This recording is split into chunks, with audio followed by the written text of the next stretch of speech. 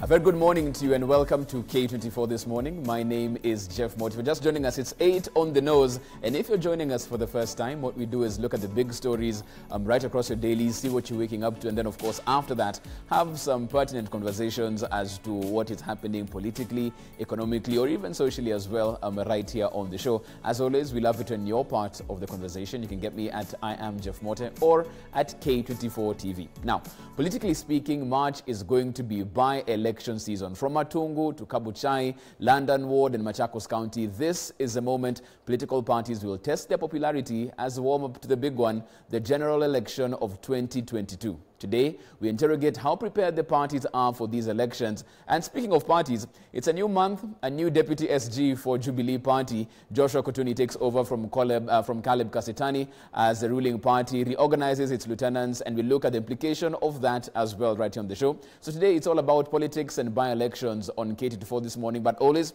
let's look at our paper review and see what we have on the front pages. Let's see what we have on the front page of the PD. It's all about matters health. Of course, we know midnight tonight or probably Wednesday morning, if you look at it like that. Vaccine rollout plan unveiled as we get our first batch of the vaccine, courtesy, of course, of the COVAX facility. President Kenyatta, senior state officials, military, and at least 250,000 healthcare workers are expected to be among the first people to receive the COVID-19 jab that's expected to arrive in the country tonight. This is a story you can get on page 6 of your People Daily. All the details are in right there. As you look at that as well, police are seeking a nod to confiscate Akasha's billions at this particular point in time. As they say, when it rains, it pours. Akasha's and the Akasha's, of course, being extradited to the United States as far as that's concerned. But the police now going after their property as well. You can find this story in your copy of your People Daily. Still on matters politics, packed diary as Raila starts coast tour. You can get the details of this particular story even as he takes the BBI gospel and the train as well to different parts of the country. This is a story on page 2 of your People Daily. And in case you haven't gotten yourself a physical copy of your PD, you can get it straight to your phone. The number that you dial is *550*4#. Once again, it's *550*4#. It's only 10 shillings. It's brought to you by the People Daily and Safaricom. Let's see what the Standard has this morning. People to watch as vaccine lands. The first 1 million doses of COVID-19 jabs land at JKIA tonight. The spotlight now turns on these people who must go flat out to ensure successful rollout and guarantee exercises integrity. As you can see right there, where the buck stops every single time, the President, Uhuru Kenyatta, CS Interior, Fred Matiang'i, CS Health, Mutahi Kagwe, we have Dr. Collins Tabu, CS Ukuria Tani, CS James Masharia, and Governor Wambora, who's leading the Council of Governors, even as this is taken across the 47 counties as well. You can find this story in your copy of your Standard this morning. That's what you have on the front page of the Daily Nation now. Inside vaccine rollout plan, as you can see right there, a boost in battle to contain spread of the deadly coronavirus at this particular point in time. The first Kenyan will officially receive the jab on Friday at a ceremony at Kenyatta National Hospital, where a distribution program will also be unveiled. Health workers and other people in the front line in the war against the virus will be covered in the first phase of the vaccination campaign. You can find this story on page 10 of your Daily Nation this morning with all the details right there.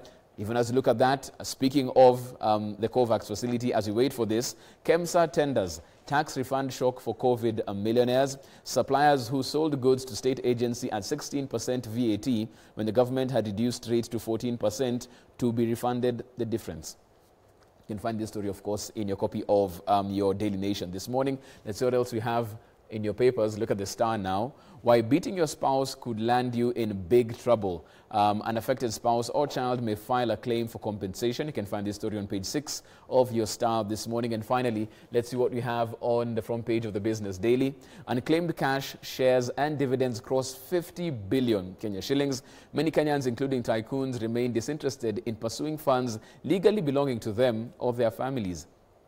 You can find this particular story that's in the lead in your copy of your Business Daily. And that's not the only story right there. Britam cuts up to 138 jobs after exit of CEO.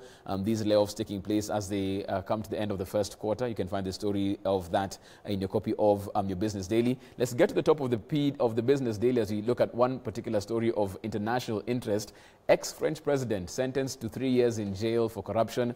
Ex-President Sarkozy on this particular story that has garnered international interest on that, and you can find it as well in your copy of your Business Daily on page 2. So that's what you're waking up to as far as your dailies are concerned. But right here, we're talking about by-election season, and that's where we start. Now, as campaigns geared towards Thursday's by-elections in Matungu and Kabuchai constituencies, this came to an end yesterday evening at 6 p.m. following IEBC's notice to terminate the exercise as the election body seeks to finalize the preparations for the mini-poll. A fierce political battle is expected between Raila Odinga, Musalia Mudavadi, and Deputy President William Ruto and Moses Wetangula as their candidates go for each other's jugular this Thursday. Giverson Minor had this story. As the home stretch of campaigns for Matungu and Kabuchai by-elections ended on Monday at 6 p.m. following IBC notice, political titans are expected to unleash their most lethal salvos in a bid to replace the vacancies left after the deaths of Matungu MP Justus Murunga and Kabuchai Member of Parliament James Mukwe Luseti, which occurred in November and December last year, respectively. In Matungu constituency, with a population of over 60,000 voters, the battle will be between Peter Nabulinda of Musalia Mudavadi-led ANC party, Alex Lanya of UDA, a party associated with Deputy President William Ruto, and David Were, sponsored by Raila Odinga-led ODM party. Ndio kifunguo ya kubadilisha siasa ya Kenya. Tusikubali mtu mwingine atuchezee. Tumechoka bwana. Tumechoka. Ile mapenzi ambayo mnapenda Hasla nayo watu wa Matungu. Na mnajua ya kwamba Hasla amesimama na Matungu na amewapenda kwa muda mrefu. Mtampatia zawadi tarehe 4. Kwa sababu watu wa Matungu watapiga kura na watachagua kiongozi. Kufikia jioni ya Alhamisi watakuwa na mbunge wao. Kwa hivyo hamna haja watu kupigana, kutukanana. Wewe unatukana kwa nani? Unakuja kuleta hapa fujo na vita kama nani? In Kabuchai constituency, Majimbo Kalasinga of Moses Wetangula-led Ford Kenya party will square it out with Evans Masinde, sponsored by UDA, both vowing to go for each other's jugular. Operation ya tarehe 4 ni Operation Amuka, Piga Kura na Linda Kura. The by-elections set for Thursday have been equated to battle between Raila Odinga, Deputy President William Ruto, and Musalia Mudavadi over control of the vote-rich Western Kenya ahead of 2022 general elections. Ndugu ya Raila anasema kwamba ni lazima Raila awe kwa ballot ya presidency. Sasa mimi nauliza, ni kwa nini walikuwa wakiambia Oparanya na wengine wafanye application na tayari wameamua kwamba candidate wa ODM atakuwa Raila Amolo Odinga? We have our leaders ambao bado wanasukuma mkokoteni, ambao wanakula machungwa. They don't know the reality. The reality in Western, our leader is Musalia Mudavadi. Acha kumsukuma Ruto. Biashara ya BBI sio yake. So waendelee wafanye. Ruto tayari ashachukua line, anatafuta urais. Whether with BBI or without BBI, with the new constitution ama the current constitution, Ruto anatafuta kiti cha urais. Several party leaders, including Musalia Mudavadi of ANC, Kalonzo Musyoka of Wiper, Moses Wetangula of Ford Kenya, and Kanus Gideon Moi, have joined hands in a bid to defeat candidates sponsored by UDA associated with the Deputy President in both Matungu and Kabuchai constituency, with only 3 days remaining to Thursday's by-election. Giverson Minor, K24 TV. Okay, thanks for that report, Giverson. That also sets the stage for our discussion this morning. All my panelists in studio, joined by Jubilee Youth League Chair, Solomon Kuria. Good morning. Good morning, Jeff. Karibu sana, welcome to the show. Asante, I'm happy to be back. Asante sana. Yes. Someone who had to take a pandemic to get her back in studio, governance expert, Michelle Anwoch. Morning, Michelle. Morning, Jeff. How are you doing? Welcome to the show. Thank you so much. Happy New Year, happy Valentine's. And happy birthday, just in case your birthday has already passed. Asante sana for being part of the show. We're also joined by Dennis Anyoka. He's an advocate of the High Court. Morning, Dennis. Morning, Jeff. Karibu sana. Welcome to the show. Thank you. I want us to start from what we've just seen right there, because it almost feels like what we are seeing in terms of this particular month and the preparations that the parties are taking with these particular by-elections is almost instructive of how things will be next year, Dennis. Do you feel that what we see now might be replicated next year, or this is an isolated case? Probably you'll win this by-election and lose very sorely come next year. Jeff, you see, every political activity right now is just some steps towards the 2022 elections. So whatever arrangements we are trying to see now is a build-up. It's not an isolated case of a by-election, but it's a build-up towards political friendship, alliances, you know, identifying who is a strong, you know, political candidate, or, you know, in terms of presidential elections, so that then you assess how strong they can be on the ground, what they are able to do, if they can, what antics they're able to pull, so that then people plan themselves for the future. We've seen both Matungu and Kapchai by-elections. It's coming out like there is one candidate who is being pushed, and, you know, everybody's ganging to fight to ensure that they do not win. And I think this comes from what happens in Msambweni, where a candidate who was associated with the deputy president won the elections, the by-election. So they don't want that to be a repeat in the two next by-elections or another by-election that will come, because then it will show that really William Ruto is a very strong person, which is something that nobody politically wants to admit or to have it play out in that manner. So what we are seeing, and the fight that we are seeing right now, and in terms of politics, is basically to demonstrate each party's powers and prowess. Mm-hmm. Solomon, let me come to you on this one, because we haven't seen Jubilee flex its political might in some of these by-elections. Is that by design? Are we having handshake candidates, which has been the norm since the handshake took place? What's the political position for Jubilee as they get into this particular month with the by-elections? I think it's a matter of national unity, and Jubilee Party has pronounced itself several times that it's not going to field candidates in some areas for the purposes of not setting the country into a political mode. If you look at what is happening in Matungu today, it's a battle between the regional leaders in that area, Western and somehow Nyanza. And you know me, I'm a realist. I always say as it is. I've said several times that Kenya has been a nation of nations for so many years. And that is not ending anytime soon. What you see today is people trying to use these by-elections for regional unity first, before they come to the national unity. If you go to Kambani, you have seen how it is going. It's a battle between Kalonzo and the Makueni governor, Machakos governor, Gilu. Everyone is trying to look for a space in Ukambani nation before they come to the national table. It is the same thing in Western Kenya. And you'll also see it in Juja. You're going to have a by-election in Juja. So, first, unite your community before you come to the national politics. And a by-election is a good litmus test for that. I think another litmus test that would be tested in these particular by-elections is the spirit of the handshake and the BBI.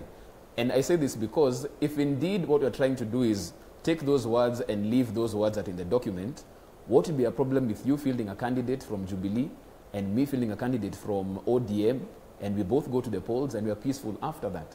If it has to be one of us takes it because we don't know how it will be after, then we're getting it all wrong with the BBI, don't you think? As it is right now, it's a matter of avoiding a contest.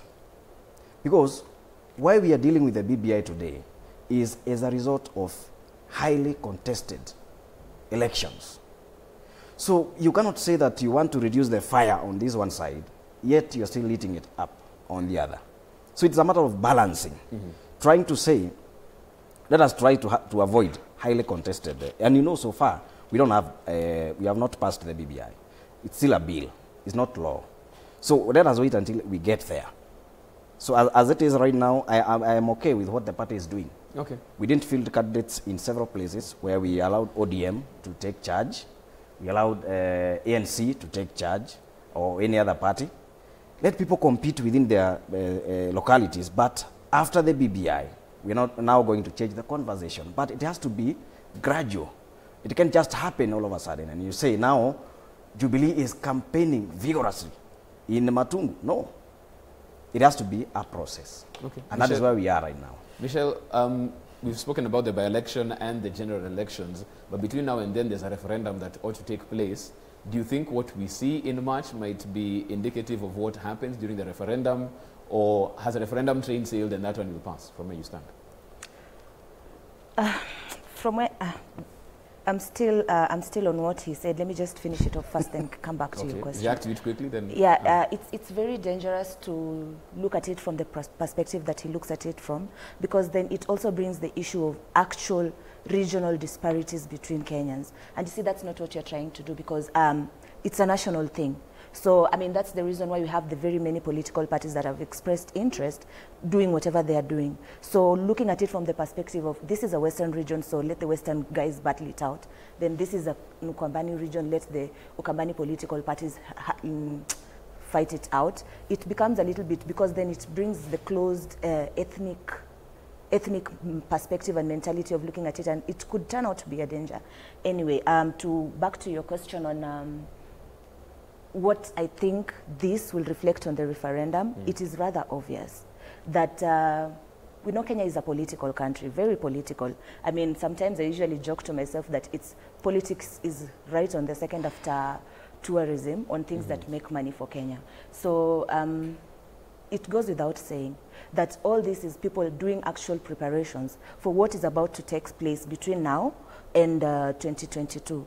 And you see, these issues that you see people handling, they might look a little or petite at the moment on considering it or restricting it only to the by-election, but we cannot ignore the fact that it is actually everybody trying to state their claim and assert their positions as to what will be happening between now and 2022. So, I mean, the smart people are actually doing the strategic positioning and strategic actions right now. Okay. Yeah.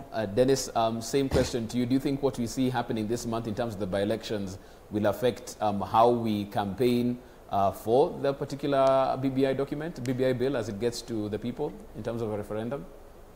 Jeff, there are aspects that what we see today will reflect in the BBI and the aspects it won't. For instance, what my brother is talking about Jubilee is absent in all these by-elections. Not because, I don't believe it's because of the reasons that my brother has given, but it's because Jubilee is broken. It's not there. It can't compete. It can't manage to go through a by-election successfully unless they use an ethnic kind of concept in the imagination that in a particular area they have support. Why do I say that? Look at the UDA, for instance. It is trying to put its feet and demonstrate that it's a capable party in Western region. It is doing it in Ukambani. Ruto's allied candidate was in Msambweni and they were doing politics. So it's really not about blocking, regional blocks. It's about a party which believes is national, going out there to test its strength. It's about, for UDA purpose, I don't even believe it's strongly about the party. It's about the intended presidential candidate who wants to test the waters, test the friendship, test how deep he is able to go. If he loses, fine. But if he wins, it's even better for him because we'll have gotten more people on board. But whatever happens in the process, he will create more political friends. He will understand the dynamics on the ground in each region, so that subsequent to that, he will be able to do better. In fact, it is even a follow-up of what we saw in the Kibra by-election, where Jubilee went in, they lost. And if you remember what happened in Kibra, it was then the deputy president who was really pushing to have a candidate and really went down to do the campaigns. And I believe all that was for him to test his political prowess. But if it comes to BBI, you do not anticipate that the president will keep off, who is the leader of Jubilee. He'll want to pull every resource that he has because it is personal agenda. He believes that this is the document that will save Kenya. It is the only thing the country requires right now for us to solve all our problems. So for that reason, he's not going to spare any other resource or any other political network. He'll want everybody to be involved in ensuring that the BBI goes and succeeds. I do not think that BBI will finally get a lot of resistance because of you can see what happened in all the counties. In fact, I think around very many over 40 counties passed this report without looking at it. These are the same leaders, the same benefits. With the culture of not reading in Kenya, I do not think that the general public are going to take a lot of time to interrogate the document. The leaders will have a lot of influence on them. So this political class, we have not seen strong opposition even from the political class, because even those who were considered to be hustler nation, and they were the leaders from the hustler nation who initially appeared to be having controversial thoughts, but we didn't see them pull through and stop even the assemblies from end of the assemblies from passing. In fact, the Rift Valley overwhelmingly passed except Baringo. And other regions, which is not just Rift Valley, they passed this particular report. So being the same leaders who will go to the ground, who will tell people whatever it is. You know, Jeff, you will be surprised that when people do campaigns and politics, they don't have to tell you the true content of the document. They need to pick only an aspect which they think, Jeff, you want to hear. And they'll tell you that and tell this the benefit of this document. But anything that is not going to be beneficial to you or a potential problem in the document will not be mentioned. So in the fullness of time, you will find that this BBI is likely to go through with very little, resistance. Okay. And it will only set stage for alliances and friendships. People, even if they are supporting it, they will have questions on the document, but they will not want to look controversial because of the political backlash that will arise in the event that the BBI document successfully goes through and becomes a constitutional amendment, and they were opposing it. Okay. Michelle, I want to have you weigh in on this as well. Are you expecting any surprises from these by-elections? We've seen there's a new party that everyone is watching that is talking about the hustler, and that every hustle matters. Are you expecting surprises with these by-elections this month? I mean, managing expectations is usually a rather safe way to live if you're a safe person. But I get the impression that Wakili is also for Jubilee. I mean, it's rather obvious that Kuria is for Jubilee. I'm feeling really scared. Not scared in the sense that it's pity, but just a little bit managing expectations, because I get the impression that they're very laxant to what is actually going on. Because he mentioned Kibra by-election, and then now in comparison to this Matungu by-elections. You remember what they did in Kibra. They knew very well that it is not their stronghold, but they still decided to go in and just take their chances, and then also just create traction for the party so that it doesn't just look like it's a single dominated area. And I think that is what UDA is currently doing at the moment, what they did. Okay. Oh, wow. So it's safer.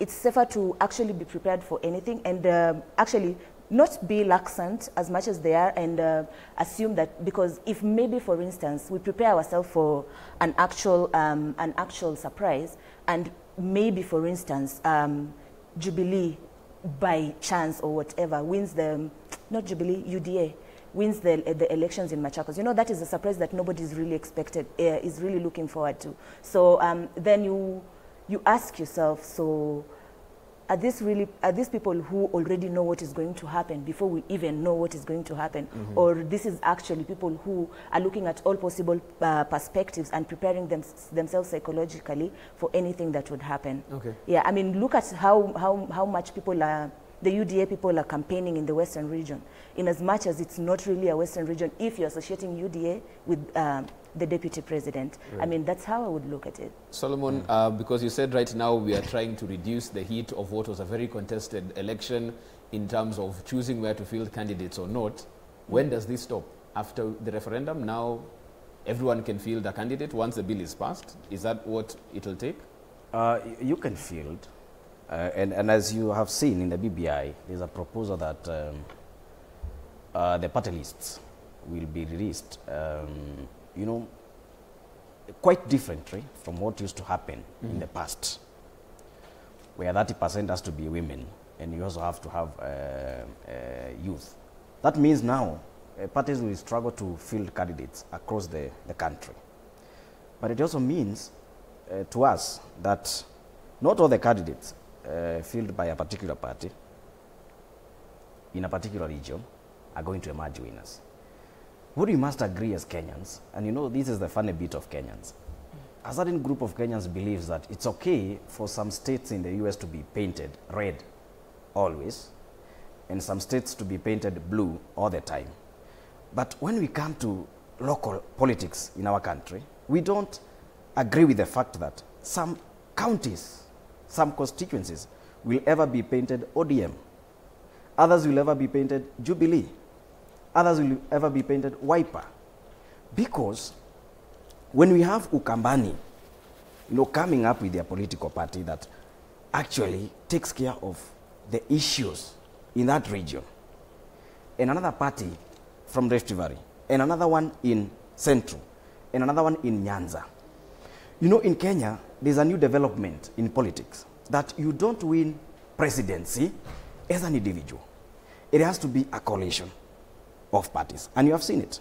Jubilee closed so many other shops and opened one in the name of Jubilee Party. ODM, ANC, and I don't know which other one, Ford Kenya, formed NASA.